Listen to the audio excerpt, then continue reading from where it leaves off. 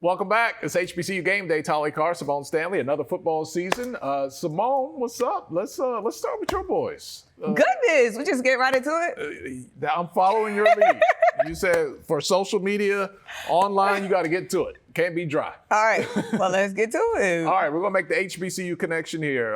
Philadelphia this weekend plays Cleveland. Shedeur Sanders has been the talk of the league. We're going to make that Jackson State connection because those were his first 2 years in college football. But he goes down on we're going to call it the non-contact injury at the joint practice? Yeah, so Eagles, Cleveland Browns, joint practices going on Wednesday and Thursday this week, the 13th and the 14th. So basically, joint practices usually happen before a preseason game. Get some reps against guys you're not seeing every day, usually against a team that you don't play in the regular season. So no advantages, disadvantages. Everybody, of course, wanted to see Shedeur Sanders. I mean, a lot of Browns fans want to see Shedeur Sanders. A lot of Eagles fans want to see Shedeur Sanders, especially coming off of that first preseason game where he had 2 touchdowns, threw for 138 yards. So excitement never got to come to fruition because in the beginning of practice, technically not even at practice, during some warm-up throws, he ended up injuring his oblique. So we didn't get to see him at the official practice. He was held out with soreness, and now they're saying he did not practice today, the following day, and now they're saying he's probably not going to play Saturday in the preseason today game. Being Thursday, yes. Thursday the 14th. Yeah, so he got injured Wednesday, August 13th, gets injured, first day of joint practice. So then he does not practice Thursday, August 14th, and is expected to not play in the preseason game the following Saturday. Is the hype around Shedeur, all the conversation, the buzz, is it as big as you thought it would be or bigger? I think it's bigger. I mean, I knew it was going to be big. Usually in the NFL, it's not as player-driven as the NBA, where it's a lot of, hype and support around individual players like you see in the NBA. Usually in the NFL, it's usually like team-based. Like players come in with buzz, but it's usually hype around teams. So to see Shedeur Sanders continue this energy, continue to have this support, this hype, this excitement around him from the draft until August, it's incredible to see.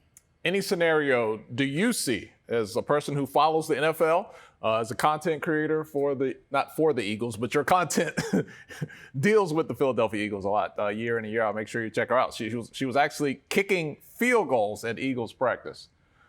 We'll call it kicking. Oh, goodness. Get to the point. We said we was getting to the point today. So the larger question with that context, do you see any scenario where Shedeur Sanders does not make the roster for the Browns? It's tough because of politics. At this point, it's hard not to say some politics are involved. We see at practice where he's not getting reps with the ones. It should be an open competition right now in Cleveland, but the way that they're distributing these reps amongst these quarterbacks is not giving traditional, in my opinion, for open competition. Shedeur is not getting as many reps with the ones as he should be getting on a team where there's supposed to be an open competition. So it's a lot of funniness, I feel like, going on. We know the Cleveland Browns organization, the past however long I've been alive, it hasn't been the most sound. So we're dealing with an untraditional organization, an untraditional structure. I don't know. He should, right? But what we're seeing with the Cleveland Browns, how they acted at the draft, it's funky, to say the least. How big of a fumble of the bag would that be if they were not to retain him on the regular season roster? It'd be a ginormous fumble. Nobody has been excited about Cleveland Browns football in decades, okay? They haven't had excitement. They haven't had buzz since, the last quarterback that they had with like Johnny Manziel or something. They need a spark. They need excitement. They need a storyline. They're one of those teams where they need somebody like Shedeur Sanders, a star in the building. So it would be a ginormous fumble. And not even just for the star power. Shedeur Sanders is great at football. Like we saw what he did in the preseason game. 2 touchdowns, 138 yards. So just not even from his star power, but his talent. Like you can't let somebody like that walk out the door if you're the Browns. All right, so whenever you're talking about Shedeur online, you're making comments, make sure you use that hashtag Jackson State because we are not going to let that connection go away. It's too well earned. And don't forget about another quarterback we're supposed to be talking about. Oh, yeah. He got some advice. A little chit-chat between your favorite quarterback, Jalen Hurts. The Super Bowl MVP. And Shedeur Sanders. They kind of kept that private, but talk about what that type of camaraderie means, especially between black quarterbacks who over the years traditionally have had to kind of build their reputation as, being capable and able. A lot of us knew that, but, just had to go out and show and prove. But their ability to be on separate teams, but Jalen Hurts really offering that those words of wisdom and advice, whatever they were, to Shedeur. Yeah, so that was a big moment because you have someone like Shedeur Sanders who's disrespected, who's put up numbers, put up film, put up tape, but is still being told he's not the guy or he's not good enough. Same situation with Jalen Hurts. Jalen Hurts, 2 Super Bowl appearances, puts up his best numbers in big games, Super Bowl MVP, and is still being questioned in the media. So those are 2 guys that kind of have a similar media storm around them right now in the NFL. So it's just good to see, them come together, have that camaraderie. Obviously, Shedeur Sanders approached Jalen Hurts after practice. Jalen Hurts and him were chatting for an extended period of time. Jalen ended up driving him off the field because obviously he had the injury. So Jalen driving him off the field on the car, just a very special moment. A bond between them, I can only imagine it's special because of the similarities. They're both disrespected guys in the league. Right, and it just baffles me when people use the arrogant label against Shedeur. He's obviously someone who leans on the veterans on his team and veterans across the league and just wants to get better at something that he's already pretty good at. But people will make stuff up because that's what they do on the interwebs. All right, we've kind of made that SWAC connection. Let's talk about the SWAC MEAC Challenge, which is going to kick off the football season for us. We got North Carolina Central taking on Southern University here in Atlanta. It's 2 teams that really haven't played each other a lot. We got one matchup where they played the only meeting, according to our research, in 2006, the only meeting of modern times, because Central was in the CIAA historically. Central was a team that won the Celebration Bowl a few years ago. Southern, close. How excited are you for the start of the HBCU football season? Excited. I love that, they make these matchups a few years in advance. So it's just great to see that we have such a impactful matchup in the MEAC SWAC Challenge. A team that's predicted to finish near the top in the MEAC could end up finishing in the top. And then a team like Southern in the SWAC expected to finish number 1 in the West. But, of course, they want to win the SWAC overall. So this could be a meeting that we could see in the MEAC SWAC Challenge and a meeting that we could see maybe in the Celebration Bowl if things go right for these 2 teams. Because, they always say we want to start in Atlanta, we want to finish in Atlanta. This MEAC SWAC matchup could actually come to fruition for that. Yeah, a lot of people make those predictions in the preseason. It's a little harder to do. Right. In reality, it sounds good on paper, sounds good in the soundbite. The MEAC leads this series, the MEAC SWAC Challenge, 11 games to 7, but the SWAC has been on a roll. They have won the last 3, and the SWAC has been on a roll in the Celebration Bowl as well. So playing a little catch up there to the MEAC. Let's talk about some other teams. Let's talk about the guys that get labeled as independent, although they are in conferences, just not HBCU conferences. We're talking about Tennessee State, we're talking about Hampton, we're talking about North Carolina A&T. North Carolina A&T was dominant in the MEAC. They were winning all those Celebration Bowls. They make the move to the Big South along with Hampton. And the winning, not so much. Tennessee State had Eddie George. They had those 4 years of excitement there. Last year, one of the co-winners of the conference went on to the FCS playoffs. Eddie George has departed. What will their fortunes be? Well, what will the fortunes of their conference be, Symone? We got news that Tennessee Tech, the latest team expected to leave the Big South OVC concoction of a conference, if you will, for their football season. We all know what people say about Hampton and A&T. Come on back home. Tennessee State, we're starting to see a lot of people leave that conference, realignment happening in college football. Should they stay? Should they go? Where do you fall on that? It's tough because we talked about it. In 2024, they just had one of their biggest seasons under Eddie George. Is this the biggest season in Tennessee since they've been in the conference? Being a co-champion, going 6-2 in the conference. So especially with them coming off a big year in their conference, it's hard to be like, leave. You know what I mean? Because they're building that momentum. Now, obviously, Eddie George leaves. Coach Reggie Barlow comes in. So it's a new era. However, we expect still the same greatness because his resume, Coach Barlow's resume. So it's hard to say leave right now since they're starting to break through. So I'm gonna say Tennessee State stay for a while. And I think the context here is, okay, even if you're doing well, but how strong is your conference? Yeah. Because we saw the OVC decided to partner with the Big South, and then they kind of had the joint standings, the joint league for football. Because those were two conferences that weren't heading in the right way because people were leaving. You had A&T and Hampton leave the Big South. They went to the CAA. And now that you continue to have teams leave the OVC and the Big South with their combined conference for football, it's like, do you want to be ahead of leaving, or do you want to be the last one out the door? Yeah. In there with the lights come on in the club. Because the SWAC had that standing invitation to Tennessee State. They made it very, Dr. McClellan made it very open.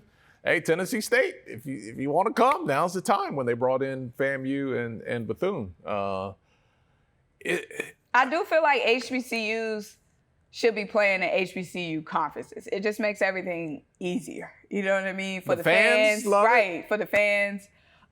When it comes to the athletes, like the competition, rivalries and all that, the culture and tradition you have on campus, like you're playing teams that can't even relate to the culture that your school has. So it is easier. HBCU schools, HBCU conferences. But we'll see, because, with the money and all that, it gets a little dicey. Look, you look at Hampton, you look at A&T. Let's talk about Hampton. They're adding FBS schools to their schedule starting next year. They're going to play Maryland. They're going to play Georgia Tech the following year. Then they have Old Dominion, who recently moved up to FBS. But they have not had a winning record. You go back to 2021, they were 5-6. 2022, 4-7, 5-6, 5-7 last year, getting close to 500, but when you talk about CAA football and you ask people, how's Hampton going to do? Yeah. Towards the end. Going to talk about them Aggies. Look, I know Aggies. You're going to say we pick on you. I know. I've written several articles about how at HBCUGameday.com about the academic successes of A&T and how well they're doing and the blue and gold marching machine. But in football, look, the numbers don't lie. 2023, 2024, 0-8. in the CAA both seasons. Overall, 1-10, 1-11. It's hard to forget how dominant the Aggies were in the MEAC. When they left riding high, and since then they've had one winning season in 2022 at 7-4. They were the Big South runner-up at 4-1. Man, that blue and gold looked good in Atlanta. It was nice kind of having that dominant team that people were shooting for, looking to beat, and the former players, they've been begging for it. The stars, the legends. Yeah, A&T definitely, that's not a debate. If you had to pick one team between those three, between Hampton. A&T gotta go back. A&T gotta go. Especially because, like we said, they were the big dogs. To go from being the big dogs to being the punching bag is hard to watch. And y'all, if you don't remember from past shows, I'm from Greensboro. It's hard to watch, okay? They going back to being the big dogs in town, literally. You know what I mean? They haven't, like you said, they haven't had a real success since 2022.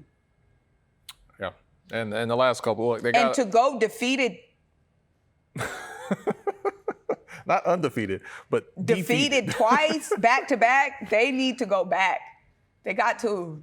Yeah. And then the fans, they're always complaining, with scheduling, it's not as fun for the fans when you're not playing MEAC schools, when you're not playing HBCUs. Teams that you have zero emotional attachment to. You don't know them enough to hate them, right, or to root against them. You're just it's just blah. It's just Just go on back. We'll act like we didn't even know y'all left. we won't speak on it. You know what I'm saying? Go on back. All right. So we're talking about going back to the MEAC. Let's talk about how the MEAC is scheduled to shake out this year. People are saying South Carolina State will return to the top under Chennis Berry in his second year. They went to the Celebration Bowl last year, weren't able to seal the deal, but they did handle things in conference. The voters have North Carolina Central predicted second, followed by Morgan State, Norfolk State, Howard, and Delaware State. So the big headlines, of course, Michael Vick, DeSean Jackson picked in their first year in the bottom half of the league. Norfolk State fourth, Delaware State picked last place in sixth. Do you think that's fair? What is it giving to you? It's fair. I mean, they're turning these Delaware State is getting a full revamp, full turnaround. South Carolina State, reigning champs, you already know who they bringing back. North Carolina Central, Morgan State, those teams deserve to be in the top three. I think 4 for Norfolk, that's as high as you could go. It would be disrespectful to South Carolina State, Norfolk State, and Morgan State for a first-time head coach to be ranked higher than that. Delaware State, fair. Y'all know I'm an Eagles fan. I hate it. I hate seeing them at the bottom, but it's all about where you finish. You know, I can't wait for this season, Tolly. All right, as an Eagles fan, which we talk about all the time, you got 2 former Eagles. Do you have to pick your favorite between those two, or do you get to? Oh, I have to root when Norfolk plays Delaware State, 2 former Eagles as head coaches, who is Symone Stanley going to be? I guess you didn't watch my interview. You did it. I did. Because I actually asked DeSean Jackson and Michael Vick, I was like, how are Eagles fans supposed to root for y'all both? And they were like, just get loud. And I'm like, so we're supposed to be screaming the entire game? But they were like, just get loud, fill the stands. It's not about, for us as Eagles fans, it's not about who wins. It's about showing up and supporting both of them. So that's what I'm going to do. I'm actually going to be RVing to that game. So you got out of answering the question. I said I'm rooting for them both. We're rooting for them both. I didn't say and or. I said who. Okay, well, technically, DeSean is like the little brother. You know what I mean? Okay. So I guess I'll root for it was DeSean's idea to have the game at the link. So I think I have to root for DeSean because he's the one who bringing us outside. Okay, so now tell us, go back, rewind. Tell us about your transportation, your itinerary for this game. Yeah, so look out for that content. I will be sharing it on HBCU Gameday. So I'm actually going to RV to the game and tailgate outside my RV. You have a driver or you are? Oh, I got a driver. I'm a passenger. Okay. But it's going to be some good content. What size are we talking? We talking about a little RV? We got a big RV? It's like big. It's got a bedroom, living room, bathroom, shower. Very nice RV. Okay. So yeah, tailgate culture, RV, tailgate culture. Maybe we can get a sponsor. That's what we need to do. Pull up the games and we get a sponsor. Look, we need to be like our guy, Uncle Neely. He's got his face on the side of an RV. We need to get Neely back on and see if we can get some sales direction on how to get that done. All right, I'm looking forward to that. How much, Symone, do you think, and how much do you guys who are watching this, wherever you are, let us know in the comments. How big of an advantage will it be for these programs, Norfolk State and Delaware State, having big name former NFL players, albeit first-time head coaches, but in charge of those programs? We've seen what Eddie George did at Tennessee State. Of course, we saw what Coach Sanders did at Jackson State. What type of effect do you think these 2 guys are going to have overall for however long they're there at these 2 programs? I think it's going to be a big one. I mean, we can see right now we're spending segments, hours, articles on Delaware State University, something that we haven't spent a lot of manpower. We even got them on the wall. Look, they're on the wall behind us. Wall. Something we haven't done in a long time. And I want to add, yes, they're first-time head coaches, but the resources they have is on another level. You're talking about DeSean Jackson, who got recommended by Andy Reid for this job, Hall of Famer one day in the NFL for coaching. Andy Reid actually called Delaware State and gave them the green light, saying DeSean Jackson is ready. DeSean and Michael Vick are both at the Eagles practice learning from Nick Sirianni, who's who's had 2 Super Bowl appearances, one of the most winningest records in the NFL in the past couple of years. So they are surrounded by a wealth of knowledge. They have a lot of people that's pouring into them. They have a lot of former players, former coaches, current coaches come into their practice, pouring into these guys. So, don't sleep. It's first year, first time, but they ready. But, when you look at it, HBCUs over the last, 5 years have created a lot of opportunities for these former NFL players to come in and start coaching and giving them a chance that, other teams, hadn't for whatever reason. Small sample size, Symone, but I really haven't seen anybody come in and just fall on their face. Like, all these guys, again, small sample size, but they've done pretty good. Especially when you can recruit the way that you can recruit. When you're Michael Vick, that hit different. When you DeSean Jackson, that hit different, especially where DeSean is, being in Delaware, being near where he made a name for himself in the league. Like, it hits different. That name, when it comes to the recruiting and the resources that you can bring in. And it's not only recruiting the players. They can recruit other coaches that a coach, no disrespect, but if they didn't have that NFL connection or they didn't themselves play at a higher level, might not have the same resource of, circle relationship. And look, when you can call in a guy to be your defensive coordinator or offensive coordinator to take some of that pressure off of you, and he's a guy that's done it, played it, learned from it at the highest level. I say all that to say recruiting coaches is equally as important, just as important, close to as important, I don't know, you tell me, as recruiting players. Yeah, I would say equally or not more. Because the coach is the knowledge, you know what I mean? You could take a not high as recruit, give him great coaching, and turn him into him. So I would say recruiting high caliber coaches could be more important than bringing in a high caliber prospect. Yeah, and I love it, especially for the MEAC, because you're almost sitting there at it's only 2, but if it was 3, it would be 3 coaches who are new names, NFL players. They have that narrative. And then the other half of the coaches are your more traditional coaches from the HBCU scene, played HBCU football, graduated from HBCUs, maybe have something to prove against these guys. So I like the storylines that it proves or provides. So when a Chinnis Berry takes on Norfolk State, Delaware State, when Trey Oliver, it gives us a lot to talk about, a lot to think about.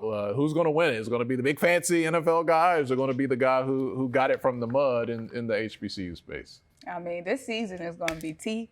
Make sure y'all are tapping in every week because it's going to be very interesting. Speaking of tea, what are you brewing over there? What's your? Y'all know I always have green tea, 2 bags. Today we got that Twinnings, but you never know. Sometimes I might have Yogi. Sometimes I might have actual Starbucks, but this is my home brew. What's your sugar? No sugar. No sugar. Y'all see the way I whips when I drink it. I gotta go a little Splenda. Y'all see the way I whips when I drink it. No sugar. You get that straight. I need it all strong, straight to the head. Keep you up all day. All right. But I gotta ask you. You about to wrap up? No. We still gotta talk SWAC. But go ahead. You were gonna. Ask what games are you gonna be at? You gonna be at any of these games? I'm going to go to the MEAC SWAC Challenge. I'm actually going to shoot the game because I have not physically been out there on the field in a couple of years. So I got to show Miles back there and the rest of these young boys, Josh, make sure you color Kobe. graded. Make sure what? Make sure it's color graded. I know you are. I know what I'm doing. I got to show these young boys at game day that I still know how to get it in. Now, my eyesight isn't quite as good. Lord, you going to be shooting the stands thinking you got the touchdown. I'll have to readjust that eyepiece a little bit. Symone might tell you guys in the comments how I fussed her out about a text message that I thought she sent yesterday that she actually sent in June. I left her confused. I was like, oh, I missed that timestamp. My bad. Anyway, I want to talk about your football season, but I want to do that at the end. Let's talk about the SWAC. Jackson State predicted to finish number 1 in the East. Southern predicted to finish number 1 in the West. These 2 teams met for the SWAC championship game last year to see who would go to the Celebration Bowl. Ultimately, it was Jackson State. So preseason predictions are looking kind of chalky at the top in the SWAC. Do you think it'll go chalk, or do you think we'll have some surprises? Can you explain what chalk? Chalk just means you went with the same people that won that last you year. Always do. Okay, yeah. Little age difference there. Some of my terminology. I think I've never heard anybody say that. So. Go chalk. It just means like, yeah, same teams that won last year, they're going to win this year. Okay. I can see how it's kind of given that, but at the same time, Southern, they still going to have that defense. Bring it back. Defensive Player of the Year, Kelby Givens. They keep getting close. You know, it's just a point of when they're going to break through. Then you have Jackson State. I'm not mad at Jackson and Southern being the number ones. I think Southern is going to be one of the top competitive teams, and I think Jackson State for the same reason. Obviously, they lose their running back, Irv Mulligan. Irv was a huge part of their success, huge part of their offense. But T.C. Taylor, when we talk about, you know, I say certain coaches, they build armies, not just one soldier. You know what I mean? Right. And T.C. Taylor definitely has built an army where it's like, yes, he lost some soldiers, but some soldiers are going to be ready because he built an army, not just one. And that's been his MO because when they lost all the, you know, people in the transfer portal, when Coach Prime left, goes to Colorado, you know, they didn't win it that next year, but they didn't fall flat on their face. They had like 7 wins still? Yeah, and then they come back the following season to win the Celebration Bowl. So Jackson State is still that team to me. I think the West is a little bit more competitive, but I do think that Southern deserves that number one spot, especially when you have a defense like that they're bringing in. But the SWAC is going to be interesting. We have a couple of shufflings of quarterbacks. So I don't think we're going to know what we're getting out of the SWAC after. Yeah, and we got three new coaches. You got new coaches at Alabama A&M, Sam Shade, Mississippi Valley State. They got a new coach, Prairie View A&M. You got to buckle up down at Valley State with Terrell Buckley, and then Jermaine Jackson there at Prairie View A&M. So we don't know what these guys are going to do. I'm excited for Tremaine. A lot of success at Valdosta State. I think that's going to be kind of a situation where, you know, he's going to be bringing a lot of his guys from there over to Prairie View. So I think that's going to be I wouldn't say a seamless transition, but I think that he'll have them, you know, ready to tussle early. Same for Coach Shade at Alabama A&M. I mean, you bring guys, an hour away? If that, from Miles, one of the dominant programs in the SIAC, bringing a lot of that talent over. We saw what Coach Keaton was able to do, bringing his guys. Who was in the South? Why people always, when it's like, help me out. I'm like, I have no idea where you're going. Kenneth Berry. Yes, from Benedict. Yes. South Carolina And the State. question was, can these D2 players play Division I? And we saw no problem. You know what I'm saying? So that's the same with Coach Shade. The powerhouse, once Benedict left, at Miles, bringing a lot of D2 players over to Alabama A&M. I think that they will be just fine and ready to tussle early. Yeah, So Eric Phoenix did a pretty good job last year. You know? I'm sorry. Did not mean to interrupt you. I mean, maybe I did, but sorry that I got caught. But yes, the SWAC, I think the SWAC is going to be, this football season in general, I think it's going to be very interesting. A lot of showtime. All right, one thing that'll be interesting, one of the many things, it's going to be historic, I think, with the amount of female play-by-play announcers we're going to have in HBCU football this year. Ty Floyd is going to be the voice at Alabama A&M. And there's another young lady who's going to do play-by-play for some Morehouse games and for at least one game for Edward Waters. Who's that? I don't know who that is because it don't need to get too loud. Who's that? If I'm doing bad, I don't need nobody listening. No, it's our girl, Simone Stanley, is going to be doing some play-by-play this year. That's got to be pretty exciting for you. Yes, so obviously anybody knows me, they know I love football, down. I've been doing a lot of baseball play-by-play, a lot of softball play-by-play, which I really enjoy. But this will be my first time doing football play-by-play, so not too much. Not too much, okay? I think I'm not underestimating it, but I think it'll be kind of similar to baseball because it's a lot of stoppage. You know, basketball be whooping my butt trying to do basketball play-by-play. So I'm excited. Yeah. You know, I think that's one of the beautiful things about HBCU sports is that, and HBCUs in general, the opportunities they provide that people, you know, elsewhere might not get. And it's about recognizing talent and zigging when other people are zagging. You know, some people out there, meatheads, might be like, oh, men's supposed to call football. Look, you go down these radio stations, content creators, I mean, just don't go to the NFL because they kind of got that covered. But a lot of people, myself included, did not play football, did not play college athletics. And just because you're a man does not mean you know what you're talking about. It just means you're a man that did not play the sport, but you learned how to communicate. You have a passion for the sport, and you just kind of go with what you got, what you're working with, and you try to deliver a good product to the people. Yeah, so hopefully I deliver a good product. You done made the block hot. Exactly. But yeah, I'm excited, so hopefully nobody's listening. No, please support Symone whenever you see Morehouse on, whenever you see Edward Waters. And that's good. I think that Edward Waters team is really going to make some noise in the SIAC. That's my first game. Brian Jenkins becomes the head man. He was already on the staff. Toriano goes over to Tennessee State, joins Reggie Barlow's staff.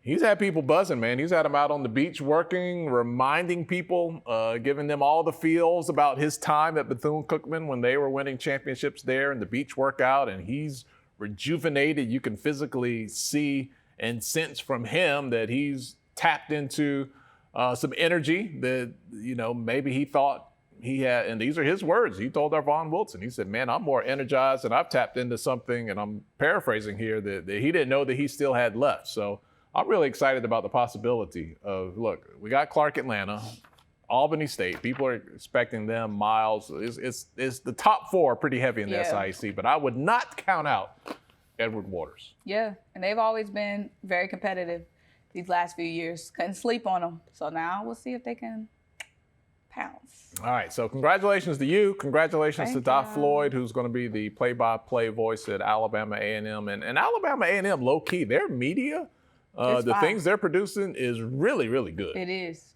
It's top notch. Yeah, so Alabama A&M and Jackson State, T. And Prairie View's coming. They said we got. Oh, you got them in trouble. You know that clip went viral. You got them in trouble. I just asked the question.